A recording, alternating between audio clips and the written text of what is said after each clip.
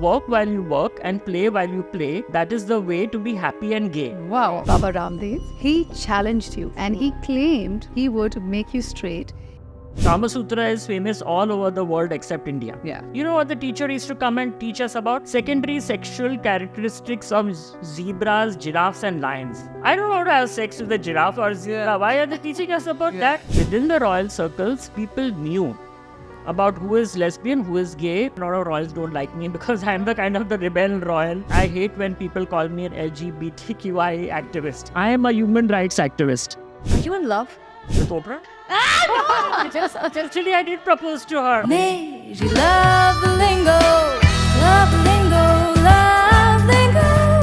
Suddenly meri to love lingo. Generational trauma refers to the passing down of traumatic experiences or stressors from one generation to another. The effects of generational trauma can be passed down from one generation to another, both genetically and culturally. Are you aware of any ancestral trauma or generational trauma in your family line? Well, I did recognize a pattern that I had in my life, and I would like to connect that with a story. So let's go back into a little flashback. 1947, India-Pakistan partition, which is a very intimate part of my family's legacy. My grandparents and my great-grandmother have lived through a harrowing experience. They had to flee from their home, which was then Rawalpindi in Pakistan. They had to leave their belongings and their cherished possessions. And every step was filled with fear and violence. And that led to a range of emotional and physical symptoms that persisted over a lifetime. As resilient as they were, especially my grandmother, who was a very resilient woman, there was an underlying fear that was passed on. Fear of change, fear of instability, being hyper-independent and being self-sufficient because that gave them some control over their environment. But again, that stemmed from the fear of losing everything again. That's a loaded story and a lot to unpack, and I can only imagine what they've been through. Think about a prince. The world is accessible to him, yet there is a dissonance in his existence. Hi, this is Ursula Qureshi. Hi, this is Just Sagu, and today's discussion on Love Lingo is redefining legacy and breaking generational cycles. To take this conversation further, we have a prince who hails from a 650-year-old dynasty. He is the first prince in the world who has come out as gay. He has single-handedly dismantled generational barriers. And as an activist, he uses his voice to champion human rights and LGBTQ plus rights. Welcome, Shri Manavendra Singh Gohil. Thank you for accepting our invitation and gracing us with your presence. Thank you for having us here. Right off the cuff, I'm going to ask you, what does love mean to you? My definition of love is a little strange.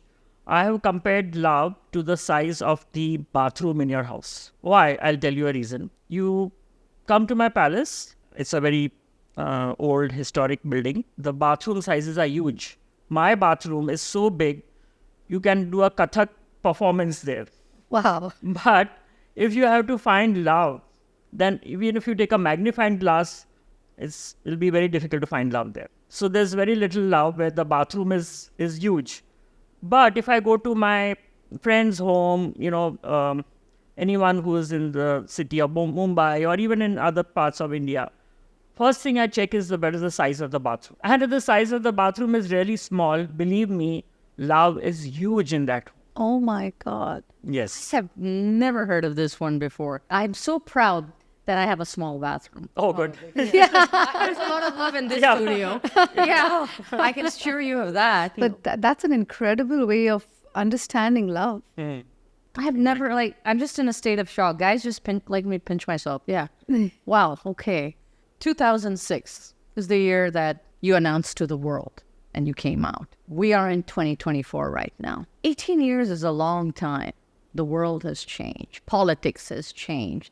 Pronouns have come in. Can you encapsulate your journey to me, what it has meant to you emotionally? So, see this 18 years journey, yes, of course, it's been long, challenging, many things have happened in these lives. But I want to take you back a little before 2006, when I was not out publicly. It was basically living in a prison. Wow. It was living in a prison where you are not having the freedom to do what you want to do, who you are, what you want to be. So that 2006 gave me freedom. I was able to, express myself. I was able to live a life of truth and honesty, which I've always been wanting to live. So that 2006, no doubt, it came with a lot of controversy and scandal and things like that. But it definitely helped me remove that burden of my life, where I was living a life of a hypocrite. So I was able to be myself. That's very important. Absolutely. See, my whole aim of doing this exercise of coming out was not just for myself. It was for the society at large, because I knew that this issue has not been spoken. I mean, unfortunately, we don't speak about sex in our country, in spite of being land of Kama Sutra. Yeah. So still, but that's why I decided we need to break the silence. We need to be vocal. We need to talk about a subject which is existing in our society, in our culture, and yet we decline from talking about it. You made a very important point, because as the chronology of of you being so open about who you are, and then in 2007, the Supreme Court did decriminalize homosexuality. 2007. Let me correct you. They didn't do it in 2007. 2009, the Delhi High Court decriminalized homosexuality. Yeah. It was in 2009. So your truth did have a domino effect on the Indian judiciary. Yes. And in 2009, homosexuality was decriminalized. Yes. By the Supreme Court. No, not by the Supreme Court, by the Delhi High Court. By the Delhi High Yes. Court. Yeah. Okay. And then, of course, at this point of time, where do we stand with India? So, yeah, I mean, a lot has happened in these last few years. Of course, we suffered a setback again in 2013 when the Supreme Court went against the Delhi High Court. But we didn't still, give up hope. We fought back. In 2014, we filed another curative petition. And then finally, in 2018, we got our rights by the Supreme Court. The homosexuality was decriminalized by the Supreme Court, and it is an irreversible judgment. That's a landmark judgment. Exactly, yeah. It's a landmark judgment. But let me also tell you one very historical thing which happened in India in 2014. First time in the history of not just India, but of many countries in the world, transgenders were given their rights. Wow. Yes. That's a big by the Supreme Court in 2014. And I'll tell you about this because I remember the day the Supreme Court pronounced its judgment, I was in the flight. I was going to New York, actually. And this judgment came while I was on the flight. When I landed, of course, I came to know that we have won the case and it has come in our favor. Moment I landed at New York airport, I was swarmed by journalists. And they were very keen to know how in this country we have been given transgender rights, whereas in US, they are still struggling with it. Wow. And you were talking about sex education, which I also would want to discuss with you. And this is taking you back to a moment in your life. And I'm going to talk about Baba Ramdev. He challenged you. Yes. And he claimed that he would make you straight. He proposed that you visit his ashram in Haridwar. Haridwar, yes. And in 3 months, he would fix you. Yes. Now, that brings me to the question of sex education and how important it is. How can sex education address these ridiculous claims, these myths, misconceptions about sexuality? See, I always talk about sex education. I like to talk about sex education because it's unfortunate a lot of parents, they don't talk about it with their children at home. Kama Sutra is famous all over the world except India. Yeah. I don't know why we Indians we are ashamed of it or what, I can't understand. But I'll tell you my own story. I studied in one of Bombay's best schools called Bombay Scottish School. When we had our biology lecture on human reproductive system, you know what the teacher used to come and teach us about? secondary sexual characteristics of zebras, giraffes, and lions. Not of human beings. And I used to wonder, I don't want to have sex with a giraffe or zebra. Why are they teaching us about that? Why can't they talk about human reproductive system? I want to give an example of a school where I've been visiting and I've been talking to their school authorities. It's called Tagore International School in Delhi, in New Delhi. If any time you get a chance to visit, please go and visit that school. That's the most progressive school I've ever seen in India, where the students are the trainers. The students talk about sex education with other schools, other school students, other school authorities, teachers, talking about illustrations, cartoons at very young age and all that. So it's very important that sex education is imparted in schools, not just for LGBT issues, but we must also be aware that there is a lot of child sex abuse happening. But that's rampant around the world. That's right? happening around the world. I always emphasize on the fact that each school should have a counselor. And why a counselor? Because it is at that age, which is a very delicate age when you are, attaining puberty, is the age when you are trying to explore yourself, your sexual self, is the time when you need to... You should introduce. Yes, you need to talk to someone. Yes. In the absence of parents not able to give a ear, where does the child go? What about trans kids?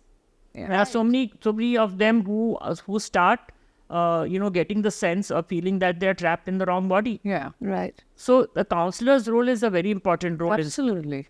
I agree with you. Normalizing the conversation of sexuality Yes. as a whole is very important. And also, what I feel is in a country where sleeping with someone you hardly know or have never met is normal because it's been arranged by your parents, but having feelings for someone of the same sex is considered abnormal, I can't wrap my head around that. Because I've seen a lot of people had to encounter these so-called first nights with total strangers. In your case, I'm sure you would resonate with this experience as Yeah, well. I mean, I had a experience with a girl. Right. In my life, I was married to a princess. Again, it was an arranged marriage. It was like, we had just shown a couple of girls and from the royal family, and we had to just, at least in my case, I could choose, My parents didn't even get to choose. They were just told that, okay, you have to get married with this prince and that's it. Right. No questions asked. When I was shown this particular princess, she could not meet me on just me and her, When we had the first meeting, I have a younger sister. She was present during the meeting. So they don't even allow you to be to kind of meet each other before marriage. That is normal behavior. Yeah, that's normal behavior. So, so that much of, restrictions are there. But when you did get married to her, did you ever have the opportunity to build a friendship with her? Yeah. Was that ever? Yeah. So let me take you back to my school days. I studied in a co-ed school, and believe me, I was the only boy in the class who used to protect the girls. And the girls loved me, all the girls used to love me in the class. They said, you are the only boy, because I used to hate when the boys used to pull their ponytails and bully them and all that. I used to come in between and stop that happening. And I was kind of, beginning, I was in the woman empowerment phase, So I would not allow Started out them. very early. I started out very early. So the girls used to share the tiffin boxes with me, and they were all very fond of me. I had a lot of girlfriends from Bollywood also. Oh, wow. The Tiger Shroff's mother was my girlfriend, Aisha. Oh, nice. And Dimple Kapadia's sister, Reem was my girlfriend. Mala Sinha's daughter, Pratibha, she's still in touch with me. She was my girlfriend. So a lot of girlfriends, but Right. the definition of girlfriend. And did is any very- of those girlfriends ever feel more than just friends? Friendship? And they were like, Prince, we're going to cure Okay, you. can I be your We're going to princess? cure you. Can I be your princess? Yeah, but I'm Because coming back. Why I mentioned this instance was because then when I got married, I felt very guilty that here I was in a situation where if I wanted to help her, I could not. So I got married with my own choice. Yeah, I said when the opportunity came, I chose my princess, which one I wanted out of the several ones which were shown to me. And I chose this particular princess. I got married with her. But then I realized that I have no sexual attraction towards her. So she tried her best to, take me to doctors and this and that and everything. But there was nothing which was happening, I just sat with her. I said, look, there's nothing happening between the two of us. You're a very good person. I like you. And she also told me that you're a nice person. But there's nothing working out. So why should we just continue with this life? Might as well, we should separate on a good note and carry our lives in the way we want to, So it was a very amicable settlement we did because the marriage wasn't consummated. We never had any sexual intercourse. So our divorce was granted very easily. Oh. Yes, because non-consummation of marriage It's also is the most valid ground for divorce in India. They don't ask any questions. She got her virginity test done in the hospital. Oh, she had to go through all of that. I mean, you have to give evidence. How will the doctors know? I mean, how will the court know that she's a virgin? So she got a virginity test, and I said, yeah, it's correct. She is a virgin. But one thing which she did was very important. Before we finally parted ways, and then when the court case was getting over, she told me one thing, that look, you did try to spoil my life. oh. Please do not do it with any other person, any other woman. So that was her parting words, and that was the words which stuck to my heart. And I decided that I must explore myself, must find out what went wrong in the She was the catalyst in a way. Yes. In your discovery of who we really are. You once mentioned that there are a lot of royal gays who are hiding behind royal closets. Yeah.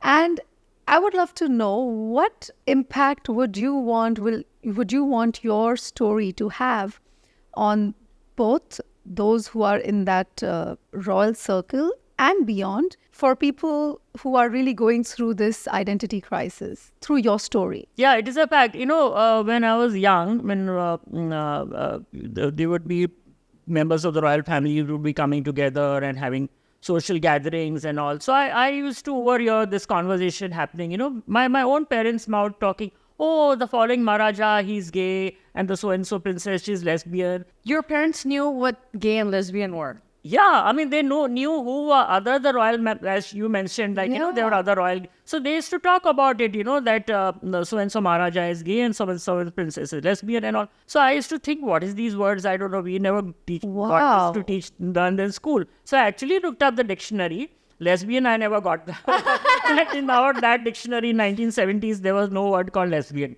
Gay, there was a word, and gay meant happy. Yeah. So I said, why are they talking about Maharaja is gay? So it's good. They should be happy about the fact that he's gay. So in fact, even we had a very interesting thing. We had a poem in school, which read like this: work while you work and play while you play. That is the way to be happy and gay. Wow.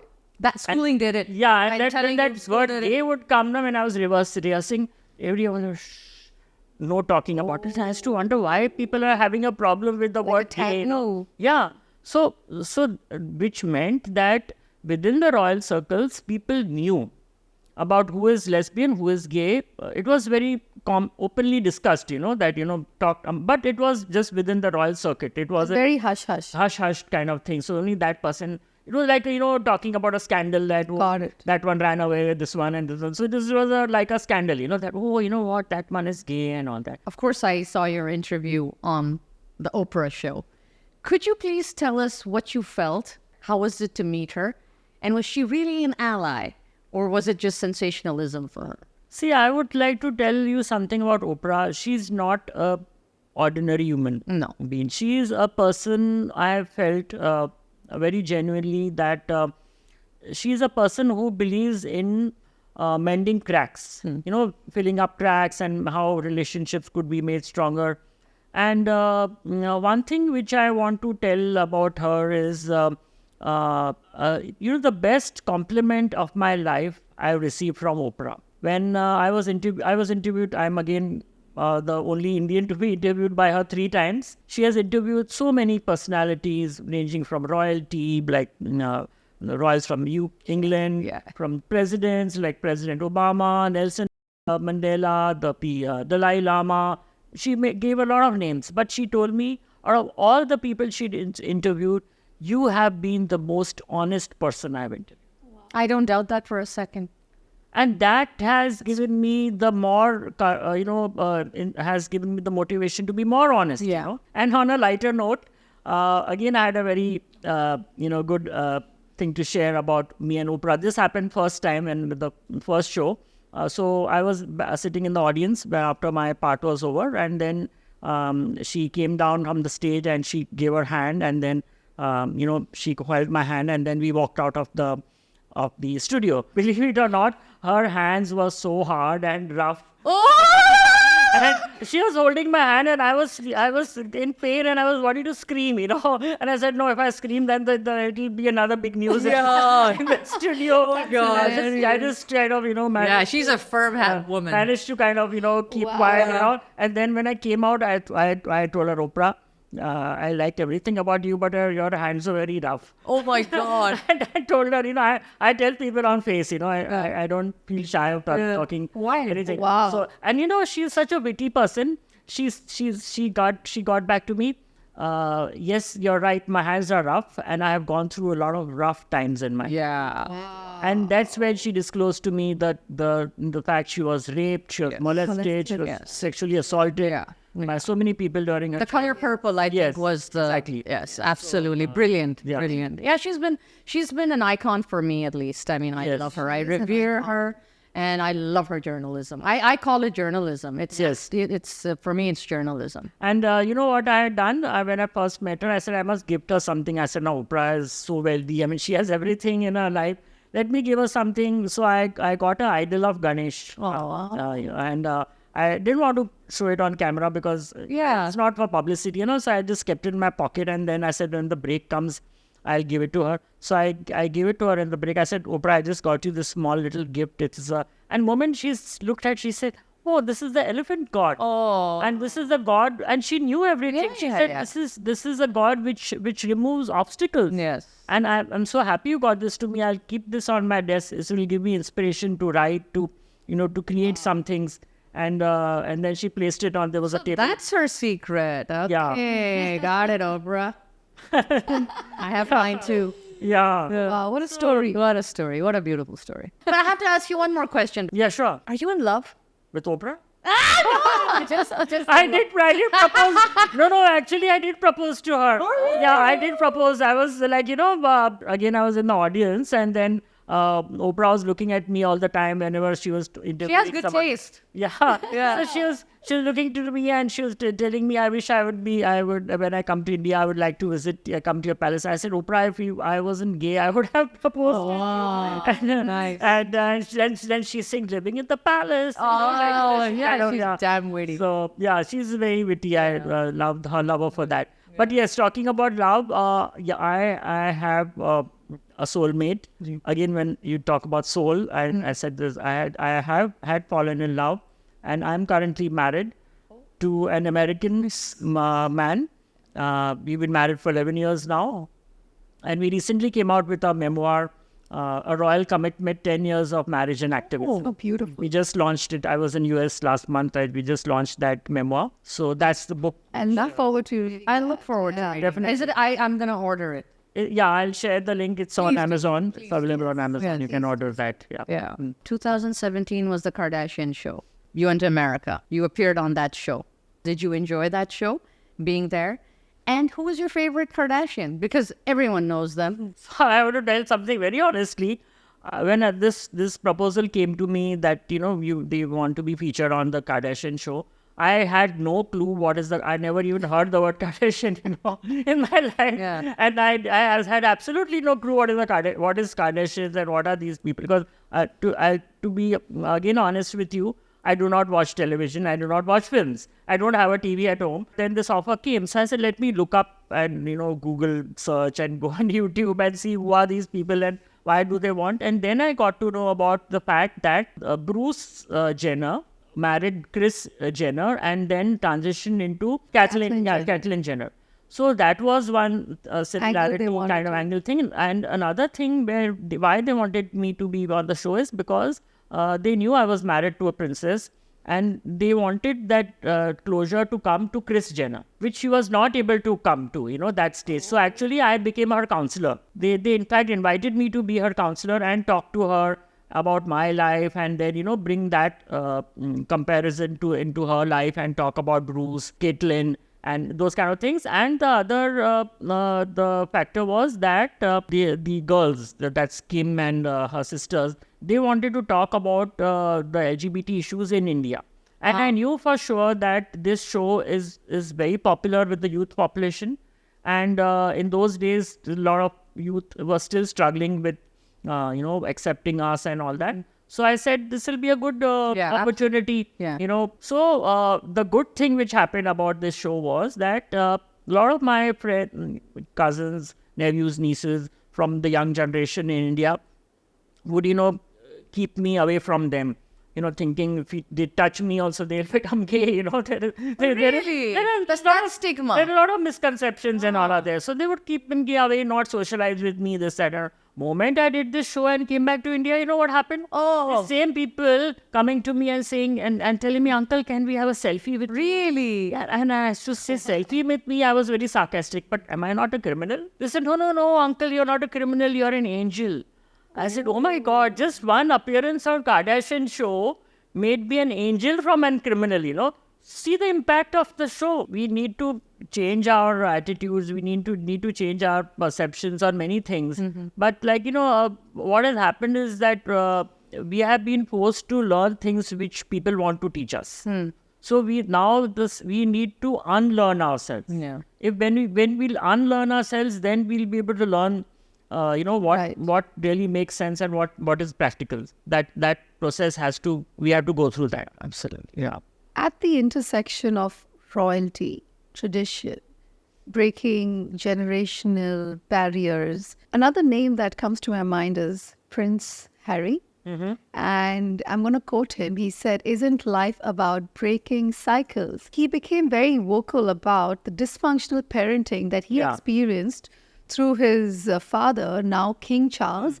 And he was very vocal about the kind of parenting he would want to do for his children. Correct. So that's again a royal who's dismantling that. And what would you have to say about that? You asked me about the question about love. This love and affection, I'm the only royal. That's why a lot of royals don't like me, because I'm the kind of the rebel royal in the family that where I speak the truth, Yeah. So not many royals want to talk about their secrets and all. So, but this love and affection, especially with the parent and the child, is absolutely missing, because we are not raised by parents. We are raised by a paid servant. I was raised by a governess, my daima. She raised me. I had absolutely no connection or affection or attachment with my parents. I still do not have that, because till the time I was very young, still around 10 or 11 years, I actually thought she was my mother. I used to call her Ma, even I used to call her Ma also. And she was the second generation. She also raised my mother. So I am the second generation she raised. And that is very common in most royal families, including the one, with the British royal family also. So I can understand from Prince Harry's point of view, why he felt that this change needs to come. I was interviewed by ABC television. They came from New York. They came to India. And this journalist was asking me this question, Prince, how did it feel when you were disowned by your mother, I told her, I said, look, I wasn't even owned by her. There was the question of getting disowned by her. I like that answer. Yeah. And another thing about your story that I find very captivating is that your assassin became your ally. Yeah. That rarely happens in the world. Someone was assigned to shoot you or kill you or have you done with, and he became an ally. Many people used to threaten me that, we'll see how you keep being so vocal about yourself, and dekh lenge, this, that. I said, theek hai. I mean, if I have to die also, what LGBT movement is not going to become weak. On the contrary, it's going to become even stronger, Right. Like, look what happened with Harvey Milk Yeah. in US. US. San Francisco. Exactly. Yeah. San Francisco. That was a very big move. Yeah. That was a very So big Harvey movement. Milk. So I said, maybe Harvey Milk ho jauga. So people will kill me. So I am not scared of dying. Sir Up, you are Prince Manavendra. You are. Then one fine day, there was this guy, and this is, I'm talking about many, many years later. I think after Delhi High Court judgment also, 2009, 2010 or something, this guy comes to me and says, sir, I want to talk to you something in private. So I said, okay, I'll take you. We went to a portion of the palace where there was nobody. And there he confided with me, sir, I was hired to kill you. So I said, okay, you come now to the secluded place you wanted me to come. Now I'm standing in front of you. Where is your weapon? I can't see anything with you. How are you going to kill me? What's going to happen? He says, so, sir, I'm not come to kill you. I've come to you for forgiveness. I said, come, let's go and have coffee. Oh, wow. So I went and we had coffee and we sat down and we talked. And today that guy is not just supporting me, he is vocalizing himself and telling people that please support the prince. And today this assassin of mine is an ally, Wow. Both are capital A's, but Yeah. such a different Assassin to ally. ally. And that's an incredible human story. Yes. Yeah.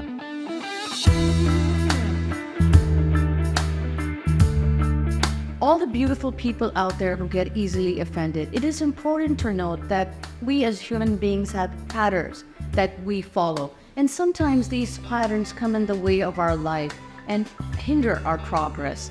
And for self-awareness and self-realization, to live your optimum life, it is imperative that we realize and we break from tradition and from patterns that harm us along the way. And if they stop you from becoming who you are destined to become, then it's imperative that you take a look at them seriously.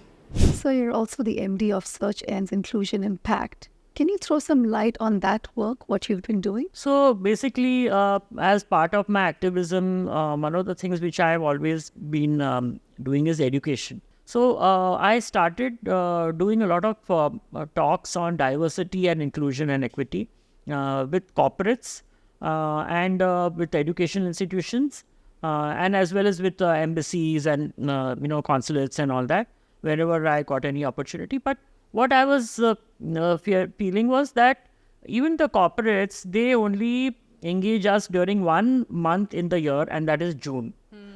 Yeah. Which they call it the Pride Month.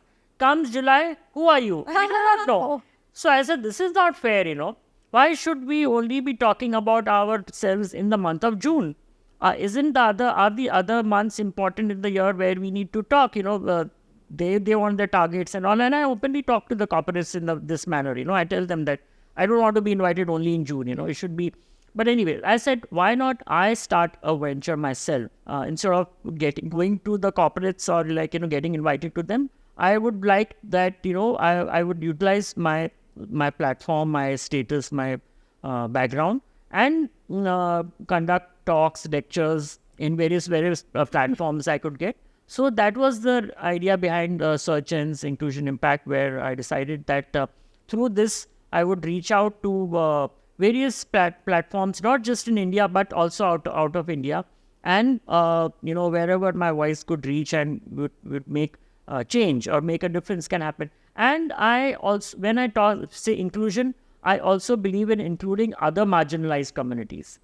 Why just LGBTQ? Why not others? Why not women?